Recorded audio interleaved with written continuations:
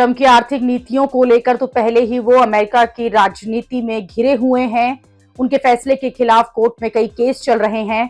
अब ट्रंप जिस तरह से भारत को टारगेट कर रहे हैं, उसे लेकर अमेरिका में ट्रंप की काफी आलोचना हो रही है। साथ ही भारत और पीएम मोदी के समर्थन में भी वहां बयान दिए जा रहे हैं। मोटे तौर पर ट्रंप के विरोध में 3 बातें कही जा रही हैं। पहला ये कि ट्रंप की टैरिफ की वजह से भारत और चीन जो है वो नजदीक आ रहे हैं। दूसरा, ट्रंप ने भारत जैसे अहम रणनीतिक साझेदार को अपना दुश्मन बना लिया है। तीसरा यह है कि ट्रंप की टैरिफ की नीतियों की कीमत वहां रहने वाले वहां की जनता जो है वो चुका रही है। जब से ट्रंप ने भारत के खिलाफ 50% टैरिफ लगाया है, तब से अमेरिका में सांसद और एक्सपर्ट्स जो हैं वो ट्रंप के इस कदम का विरोध कर रहे हैं। सबसे पहले ट्रंप की ही पार्टी के नेता निकी हेली ने आवाज उठाई। निकी हेली ने भी आगाह किया कि ट्रंप भारत से रिश्ते बिगाड़कर गलत कर रहे हैं।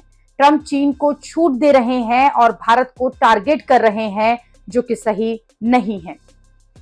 निकी हेली के बाद अब कई नेता खुलकर भारत के खिलाफ ट्रंप के रवैये की आलोचना कर रहे हैं। जैसे अमेरिका में डेमोक्रेटिक पार्टी के सांसद ग्रेगरी मीक्स ने कहा है कि ट्रंप ने टैरिफ वॉर में अमेरिका भारत की सालों से मजबूत होती दोस्ती को खतरे में डाल दिया है।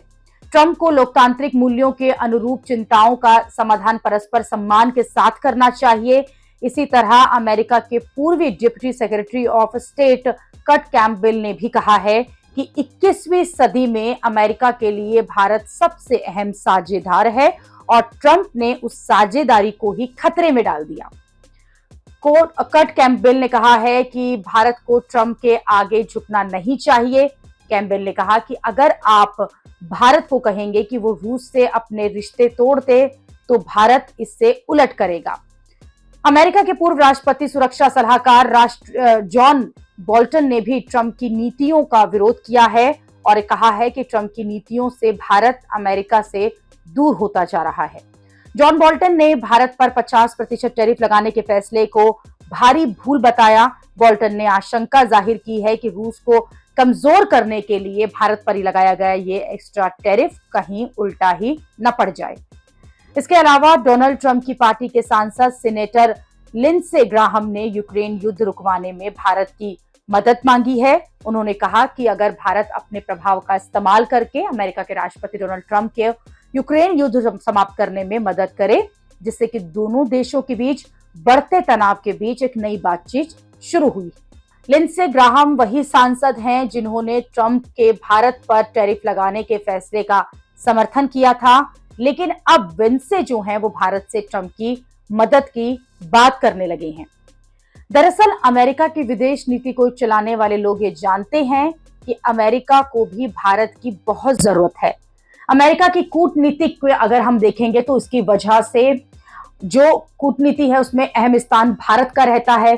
भले ही शुरुआती कुछ दशकों में भारत और अमेरिका के रिश्ते काफी खराब थे, लेकिन पिछले 2 दशक से अमेरिका लगातार भारत से अपने रिश्ते सुधार रहा है, क्योंकि अमेरिका को चीन का काउंटर करना है और ये अमेरिका को की फिक्स रणनीति है।